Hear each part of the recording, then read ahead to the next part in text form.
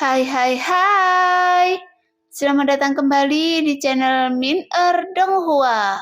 Kali ini kita akan melanjutkan cerita Donghua, Apotesis. Nggak pakai lama lagi, langsung aja kita ke ceritanya.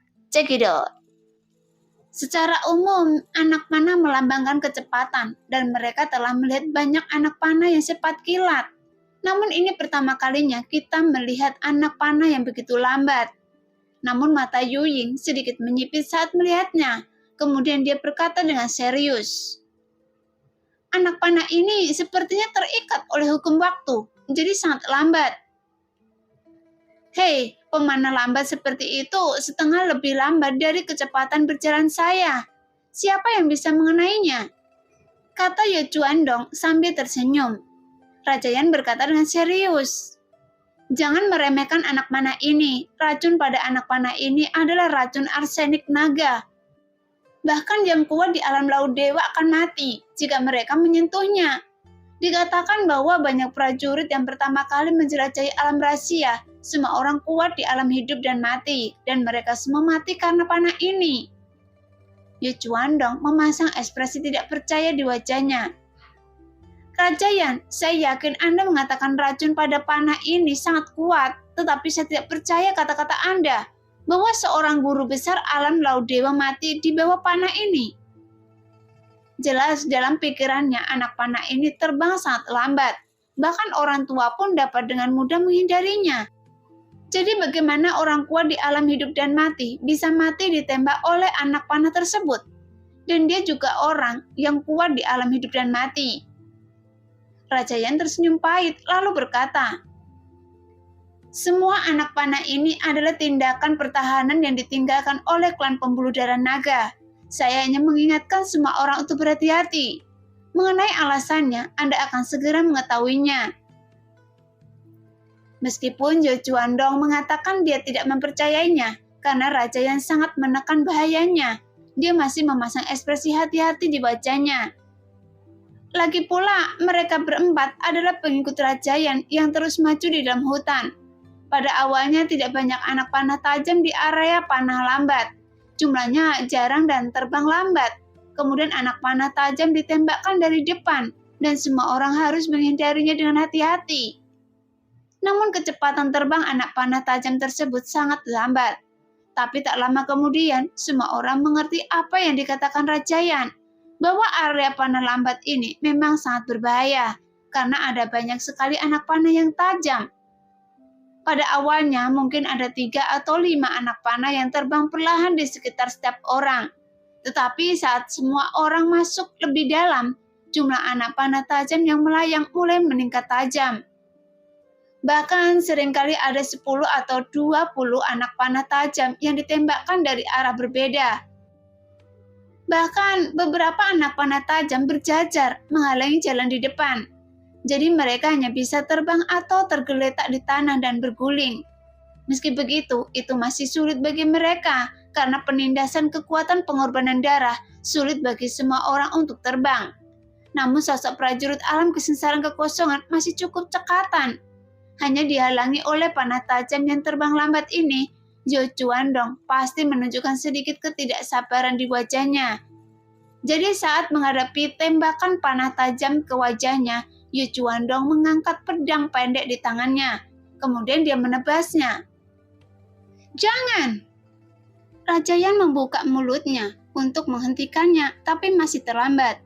Karena pedang pendek di tangan Ye Chuandong juga merupakan senjata suci kelas menengah.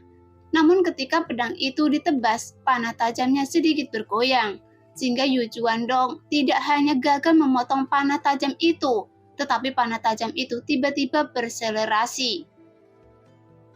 Segera kecepatan panah tajam meningkat berkali-kali dalam sekejap dan melesat langsung ke arah dada Ye Chuandong. Melihat itu, Ye Chuandong juga tercengang. Jelas dia tidak menyangka bahwa panah yang terbang perlahan ini akan berakselerasi dengan sendirinya. Namun pada saat kritis ini, salah satu tangan Lo Sheng tiba-tiba menyerang, dan kali ini mengenai bahu Ye Chuandong. Kemudian seluruh tubuh Ye Chuandong bergetar membentuk lingkaran dan dadanya dibelokkan, sehingga panah tajam melesat di sepanjang pakaian di dadanya.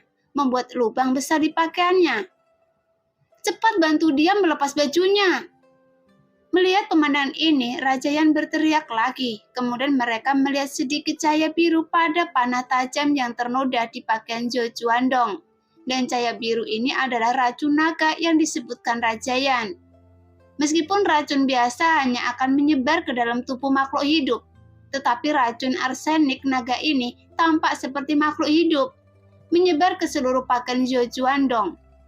Bahkan orang kuat di alam hidup dan mati, mereka akan mati seketika jika dia terkontaminasi racun arsenik naga. Yu Juandong juga panik. Setelah mendengar perkataan Raja Yan, dia sebenarnya ingin melepas pakaian tersebut. Tapi Lo Sheng lebih langsung dan menampar telapak tangan lainnya satu demi satu. Dengan kekuatan di telapak tangannya, dia langsung menghancurkan pakaian Zhou Juandong. Sedangkan untuk pakaian yang terkontaminasi racun arsenik naga, itu hilang di bawah hembusan angin palem. Melihat pemandangan ini, Raja Yan menghela nafas lega. Setelah Zhou Juandong lolos dari kematian, kepalanya sedikit tidak jelas untuk beberapa saat, dan dia masih dalam keadaan sedikit linglung. "Pakai! Jika bukan karena Lo Sheng, Anda pasti sudah mati sekarang." Raja Yan mengeluarkan sepotong pakaian dari cincin Sumi dan melemparkannya ke Zhou Juandong. Pada saat yang sama, Yu Ying, Lan Chen, dan yang lainnya juga menghela nafas lega. Tapi dengan ini, citra Lo Sheng sekali lagi meningkat di hati mereka. Dan mereka merasa sungguh sangat beruntung untuk dapat membentuk tim dengan karakter seperti itu. Jangan ceroboh lagi, semakin dalam akan ada semakin banyak anak panah tajam di area panah lambat. Meski kecepatannya lambat, masih sangat sulit untuk menghindarinya sepenuhnya. Raja Yan memperingatkan. Mendengar ini, Yu Ying, Lan Chen, dan Zhou Juandong tanpa sadar mendekati Lo Sheng. Mereka mungkin harus mengikuti Lo Sheng untuk merasakan rasa aman. Namun mata Lo Sheng acuh tak acuh. Dia tidak keberatan melindunginya. Area panah lambat ini memang sulit bagi prajurit biasa, tapi itu tidak masalah bagi Lo Sheng. Bagaimanapun tubuhnya kebal terhadap racun, karena yang paling hal yang menakutkan tentang panah tajam adalah racun arsenik naga. Dari segi kekuatan murni, tidak akan menyebabkan banyak kerugian bagi Lo Sheng.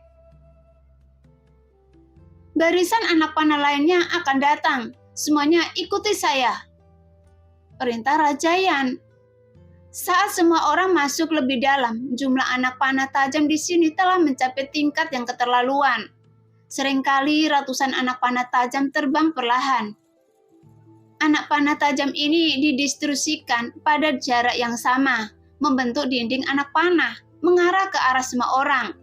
Namun ada celah kecil di dinding anak panah ini. Semua orang mengikuti di belakang Raja Yan. Saat semua orang berdiri menyamping, dinding panah menutupi semua orang. Karena mereka bertarung ke samping, semua orang melewati celah itu. Setelah melewati celah di dinding panah, terdapat anak panah tajam yang padat di depan, di atas, dan di belakang semua orang, dengan cahaya biru berkedip di mana-mana yang sungguh membuat orang merasa menyeramkan. Setelah melewati dinding panah, Raja Yan memberi perintah, "Terus berjalan." Tanpa diduga, saat dia memberi perintah, dia tiba-tiba mendengar suara ratapan datang dari jauh. "Litang! Dia terkena panah."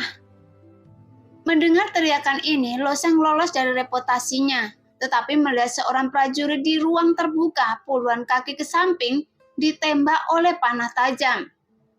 Adapun prajurit yang terkena panah tampaknya adalah seorang jenius tingkat dewa dari kerajaan Xingye. Saat dia terkena panah, kulit di sekujur tubuhnya menunjukkan kilau biru, kemudian kulitnya mulai membusuk dengan cepat. Dan seluruh daging dan darahnya tampak mendidih dan terus menggeliat. Setelah beberapa saat, tubuh fisik prajurit itu benar-benar lenyap. Melihat pemandangan yang mengerikan ini, Yu Ying juga menjadi pucat. Meskipun Raja Yan memperingatkan mereka bahwa racun arsenik naga itu sangat kuat, mereka tidak menyangka racun itu akan begitu kuat. Mereka melihat panah tajam yang perlahan terbang ke segala arah, sehingga di mata mereka terlihat semakin ketakutan. Setelah melihat rekan satu tim mereka yang mati dan tidak banyak berhenti, karena semua orang memilih untuk menjelajahi Laut Suci Tianyu. Mereka sudah sadar akan kematian.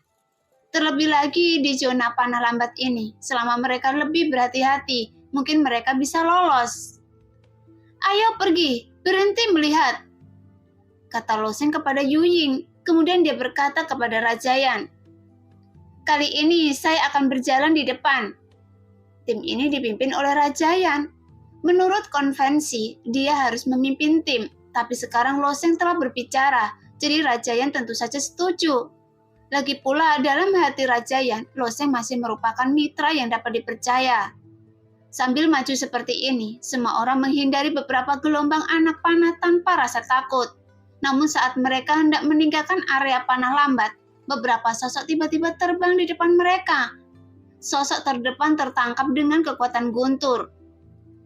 Liu Xiu? Mata Rajayan berbinar. Kelompok orang Liu Xiu seharusnya berada di depan. Menurut perkiraan Rajayan, mereka mungkin telah melewati area panah lambat.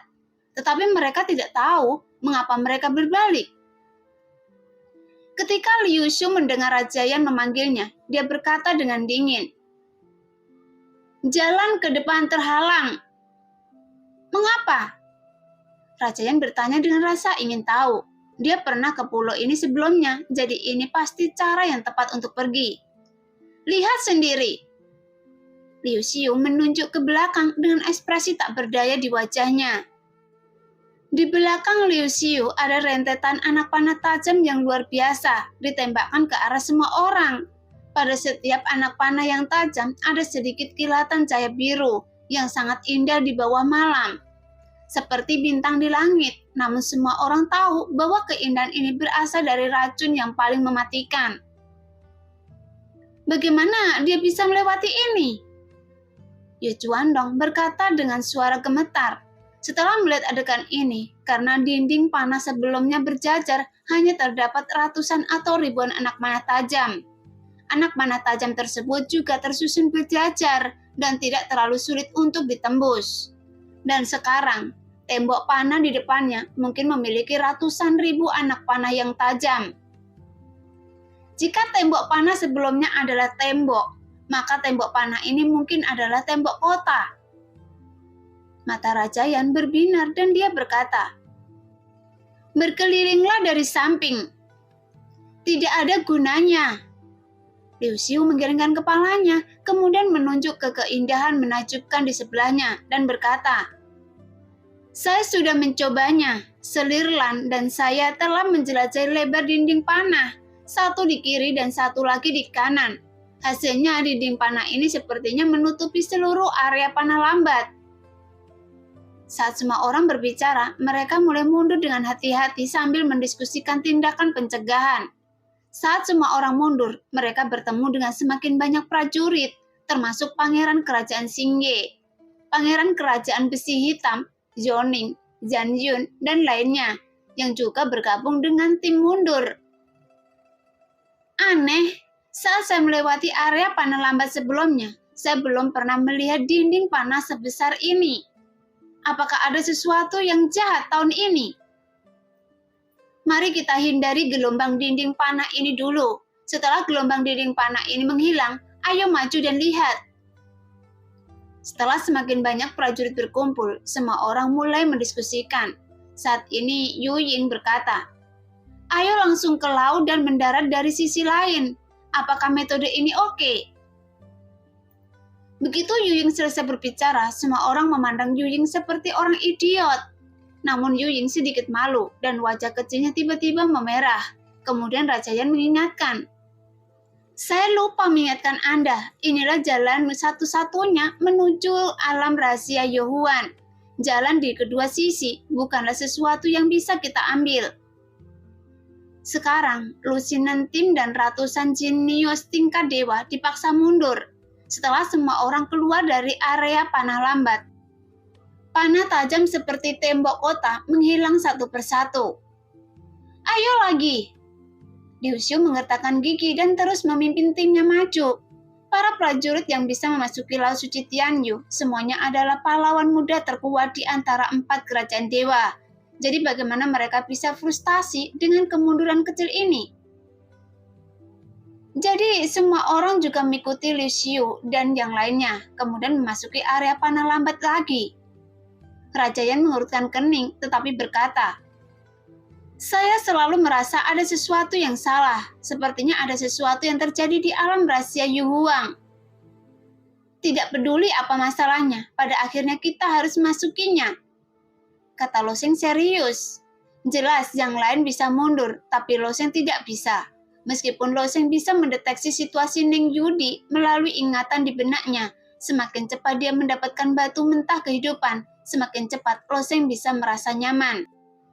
Tentu saja, Raja Yan berkata sambil tersenyum. Lagi pula, dia bukanlah orang yang mudah menyerah. Jadi Lo Sheng dan yang lainnya melangkah ke area panah lambat lagi. Meskipun semua orang berhati-hati, masih ada orang yang secara tidak sengaja jatuh ke dalam situasi putus asa. Mereka dikelilingi oleh ratusan anak panah tajam dan mereka tidak dapat menghindarinya. Tidak peduli apakah mereka di depan, belakang, kiri, atau kanan. Pada akhirnya, mereka ditembus oleh panah tajam ini. Tubuhnya diracuni oleh arsenak naga dan seluruh tubuhnya membusuk dan menghilang dalam sekejap. Melihat para jenius tingkat dewa yang meninggal karena keracunan, semua orang merasa sedih, tetapi mereka tetap bergerak maju. Tetapi ketika semua orang maju sampai batas tertentu, anak panah lambat muncul di depan mereka lagi, dan mereka masih seperti tembok kota, terbang ke arah semua orang dalam kumpulan hitam pekat. Ini Liu Xiu juga tidak bisa berkata apa-apa. Sekarang banyak pangeran dari kerajaan dewa juga memiliki wajah kusut. Mereka mungkin tidak dapat melewati hari ini, tapi terlalu memalukan untuk menyerahkan masalah ini. Mereka menjelajahi Laut Suci Tianyu setahun sekali, tetapi begitu banyak dari mereka bahkan tidak bisa melewati zona panah lambat terluar. Jadi saya khawatir beberapa orang tidak akan mempercayainya. Saat semua orang ragu-ragu, mereka mendengar seseorang berkata, "Semuanya, ikuti saya. Saya bisa sampai di sana." Mendengar suara itu, semua orang menatapnya, tetapi orang yang berbicara adalah pangeran kerajaan Tianfeng, Huo Chen. Di belakang Huo Chen terdapat pengikutnya, Huo Yun'er, dan prajurit lain dari kerajaan Tianfeng. Meskipun Huo Chen adalah putra mahkota kerajaan Tianfeng, namun reputasinya tidak sebaik ketiga pangeran kerajaan dewa lainnya. Karena secara umum, para pangeran kerajaan dewa adalah pejuang paling menonjol di kalangan generasi muda. Dan hanya tokoh seperti itu yang bisa berdiri sebagai putra mahkota kerajaan dewa. Namun, kinerja Huo Chen jauh lebih rendah daripada Huo Yun'er.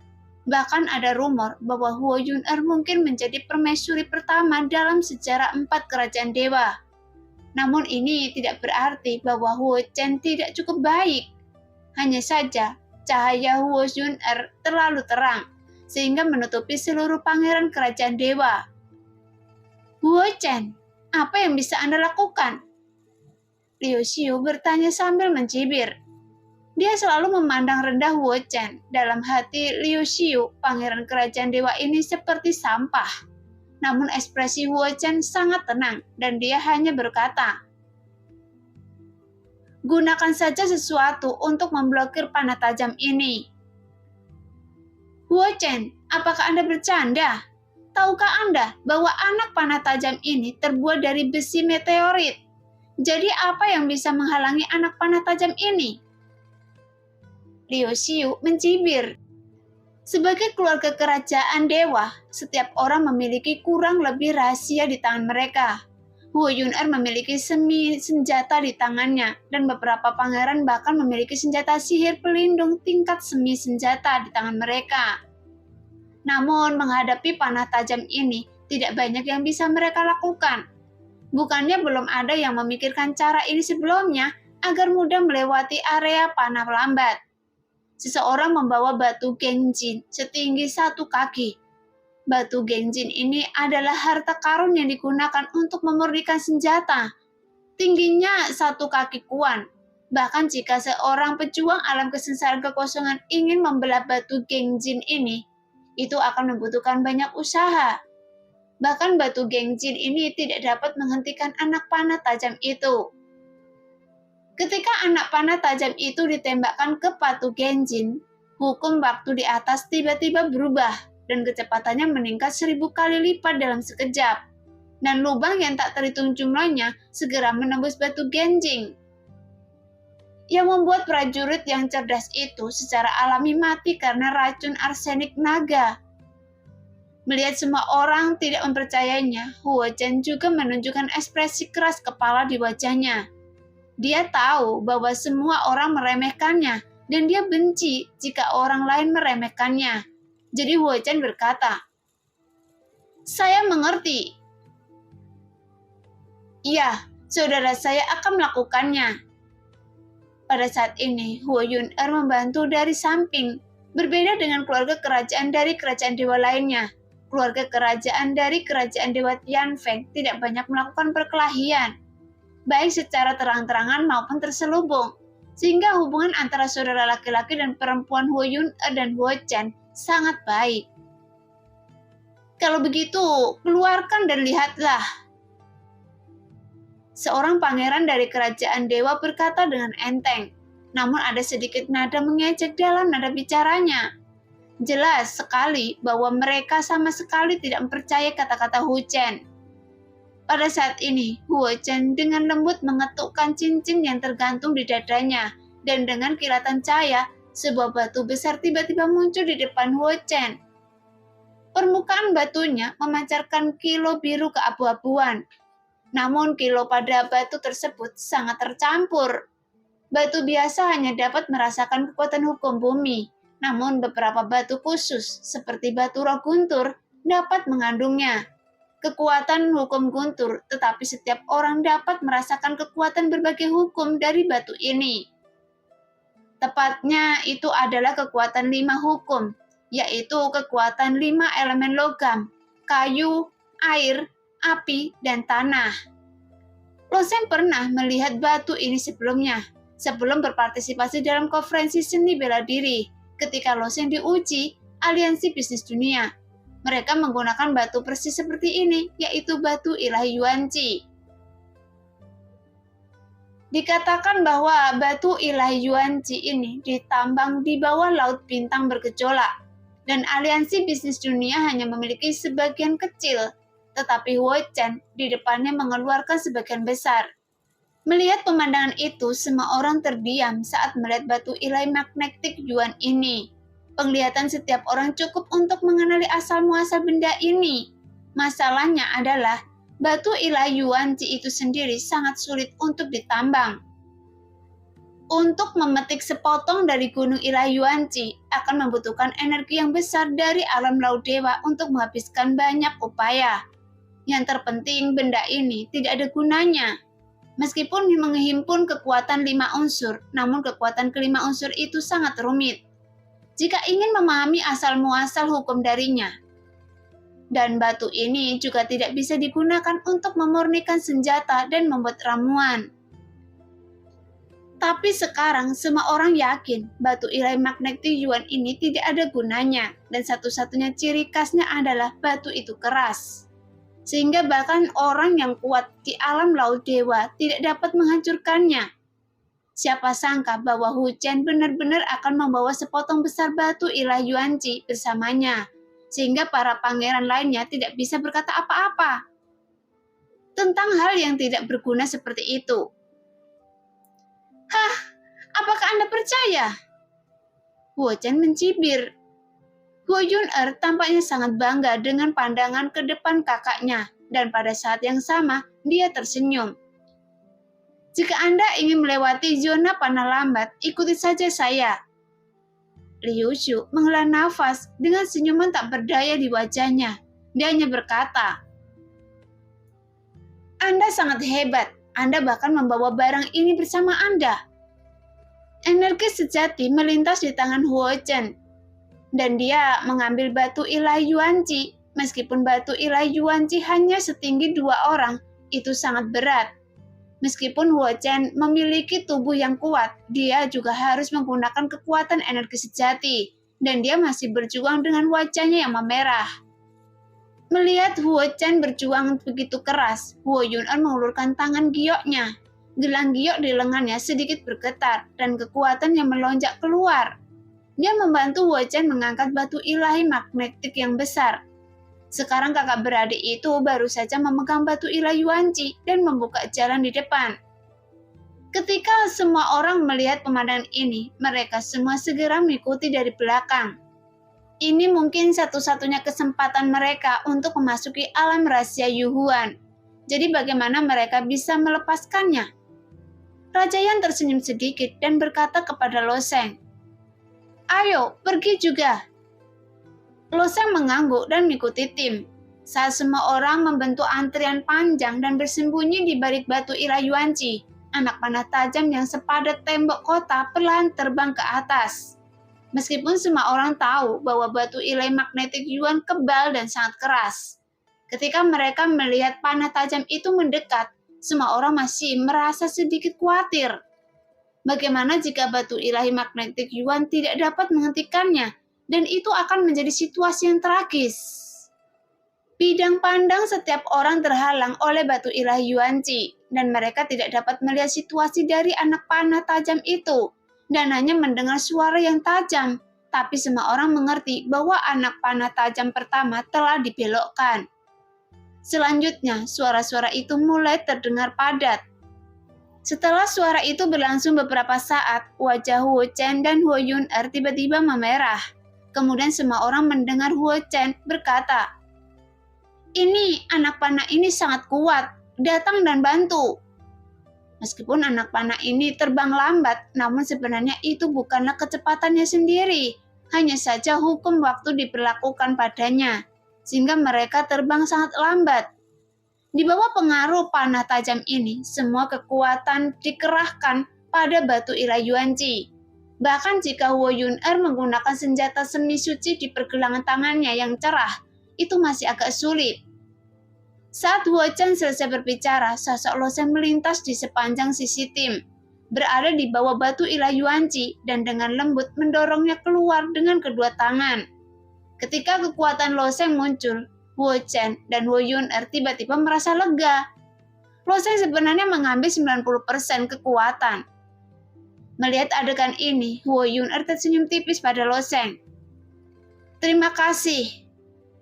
Tapi Lo Sheng terlihat acuh tak acuh dan menjawab, "Semua orang harus berterima kasih kepada saudara dan saudari. Jika bukan karena batu esensi magnetik ini, semua orang mungkin tidak bisa sampai ke sana." Perkataan Lo Sheng agak mutlak. Bukan berarti tidak ada seorang pun yang harus melewati zona panah lambat. Tidak sulit bagi para pejuang yang mempraktekkan hukum ruang untuk melewati zona panah lambat. Misalnya Lo Sheng dapat sepenuhnya menghindarinya dengan melakukan perjalanan melalui ruang. Hanya saja di antara 4 kerajaan dewa besar, penjelajahan Laut Suci Tianyu dilakukan secara tim.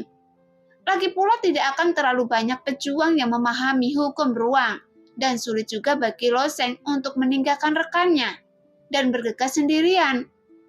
Sekarang tim yang besar dan kuat itu terdiri dari Lo Sheng, Huo Chen, Huo Yun-er yang mendorong batu ilahi Yuanqi di sepanjang jalan. Tepat ketika semua orang menghela nafas lega dan mengira mereka baru saja melewati zona panah lambat, seseorang tiba-tiba berteriak, "Ada panah yang datang dari kiri juga." Segera semua orang menoleh untuk pertama kalinya, hanya untuk melihat panah tebal juga muncul di sebelah kiri. "Ada satu di sebelah kanan juga." Prajurit lain berteriak. Melihat pemandangan ini, ekspresi semua orang menjadi gelap. Raja Yan juga mengutuk. "Sial, bagaimana alam rahasia Kaisar Langit ini bisa begitu sulit?" Sekarang, selain dari belakang, ada juga anak panah yang berterbangan dari depan, kiri, dan kanan. Dengan jalinan seperti itu, tidak ada titik buta yang harus dihindari. Dalam situasi ini, saya khawatir, bahkan Lo Sheng tidak dapat melewati hujan panah ini tanpa terkena panah. Mungkin, satu-satunya yang bisa melewati hujan panah ini tanpa terluka adalah Yun Long Tao. Dia mahir dalam hukum luar angkasa tingkat ketiga dan dapat melakukan perjalanan melalui kehampaan. Tapi tidak ada artinya melewatinya sendirian. Alis Losen sedikit berkerut, kemudian dia menggeram dengan suara rendah. Ikuti saya. Begitu dia selesai berbicara, telapak tangan Losen tiba-tiba terjalin, dan kemudian dia menampar batu ilahi magnetik Yuan dengan dua telapak tangan yang berat. Dengan suara teredam, batu ilahi Yuanci melesat ke depan, melesat sejauh 5 atau 6 kaki dalam sekejap. Di bawah kedua telapak tangan ini, Losen telah sepenuhnya mengaktifkan kekuatan sisik naga, tetapi karena panah tebal di depannya, dia hanya bisa berlari sejauh ini. Tapi reaksi dari banyak jenius tingkat dewa juga sangat cepat. Sekarang mereka hanya bisa bertarung dengan hujan panah yang terbang perlahan. Mereka harus bergegas melewati zona panah lambat sebelum hujan panah berhenti. Segera Losen membuka saluran melalui batu ilahi Yuanci, dan banyak jenius tingkat dewa di belakangnya segera menindaklanjutinya. Ketika Losen menyusul batu ilahi Yuanci lagi, tangannya menamparnya lagi dalam sekejap. Dengan suara keras, batu ilahi Yuanci terus bergerak maju 6 atau 7 kaki, meminjam dampak dari tubuhnya. Kali ini jaraknya batu ilahi magnetik Yuan yang dipindahkan bahkan bertambah 2 kaki. Bisa bergegas keluar. Percepat, cepatlah. Jangan peras saya. Hanya ruang di belakang batu ilahi Yuanci yang aman, jadi semua orang secara alami bergegas untuk mengikutinya. Saya di sini untuk membantu Luo Tianxing. Pada saat ini, seorang pangeran dari kerajaan dewa tiba-tiba bergegas maju, melewati Huo Chen dan Huo Yun-er, dan langsung menabrak batu ilahi Yuanci. Adapun pangeran kerajaan dewa ini adalah pangeran kerajaan ilahi Xingye. Tidak hanya dia seorang jenius tingkat dewa, dia juga memiliki kekuatan dewa alami. Di antara generasi muda, mungkin tidak ada orang yang lebih kuat darinya. Jadi saat ini dia juga memilih untuk maju. Apa yang tidak pernah dia duga adalah bahwa di bawah pengaruh ini, batu ilahi magnetik Yuan hanya bergerak kurang dari 1 kaki. Melihat pemandangan ini, bahkan di bawah segala macam krisis, semua orang memandang Losen seolah-olah mereka sedang melihat monster. Semua orang tahu kekuatan bawaan pangeran kerajaan dewa. Jika dia bertanding dengan pangeran itu, prajurit manapun akan menghindari pertarungan jarak dekat dengannya, karena kekuatannya jauh lebih kuat daripada prajurit biasa. Namun pangeran dengan kekuatan suci alami ini hanya bisa menjatuhkan batu magnetik Yuan sejauh 1 kaki. Jadi ini terlalu berlebihan. Sekarang ada banyak prajurit yang ingin naik dan membantu Losen mendorong batu itu. Semua orang melihat bahwa Losen dapat mendorong batu ilahi Yuanci beberapa kaki jauhnya dengan masing-masing telapak tangan. Jadi saya khawatir kekuatan mereka sendiri tidak sebaik Losen. Tapi 3 atau 4 orang seharusnya bisa. Melihatnya sekarang itu hanyalah angan-angan saja karena mereka mungkin tidak dapat mendorongnya, bahkan setengah kaki ke atas. Jadi kekuatan orang ini benar-benar terlalu abnormal. Tidak heran bahkan penguasa alam laut dewa yang kuat pun terluka di tangannya. Tapi Losen sama sekali tidak peduli dengan pandangan semua orang. Dia masih mendorong ke depan dengan telapak tangan demi telapak tangan. Dan seluruh tim terbang ke depan di bawah penutup batu. Mereka datang! Seseorang berteriak dan hujan anak panah berterbangan dari kiri ke kanan saat ini. Mereka dikepung. Cepat dan maju! Ada orang di depan kita tidak bisa pergi. Meskipun kecepatan batu ilahi magnetik Losen telah mencapai batasnya, dia masih sedikit lebih lambat. Namun para pejuang ini juga terus menghindari di celah antara anak panah tajam itu. Terkadang mereka melompat, terkadang berguling dengan canggung dari tanah. Bagaimana mereka bisa memperhatikan citra dan sikap mereka saat ini? Mereka telah menggunakan segala metode yang mungkin selama mereka bisa bertahan. Namun meski begitu, masih banyak orang yang terkena panah. Pada saat ini, 5 atau 6 orang terkena panah dan tubuh mereka mulai membusuk dengan cepat. Kita hampir sampai. Semuanya tunggu sebentar lagi. Wajah kecil Huo Yun-er sudah memerah karena menekannya. Ini juga pertama kalinya dia memasuki Laut Suci Tianyu. Meskipun Wu Yun-er punya kesempatan untuk memasukinya sebelumnya, ayahnya tidak pernah melepaskannya. Tapi akhirnya saya setuju hari ini. Setelah sampai di sini, Wu Yun-er menyadari bahwa Laut Suci Tianyu memang penuh bahaya.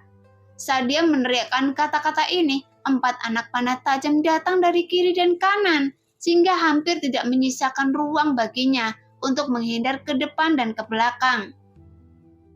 Nah, demikianlah cerita hari ini. Terima kasih yang sudah menonton video Min-er sampai selesai. Sampai jumpa di video selanjutnya. Bye-bye.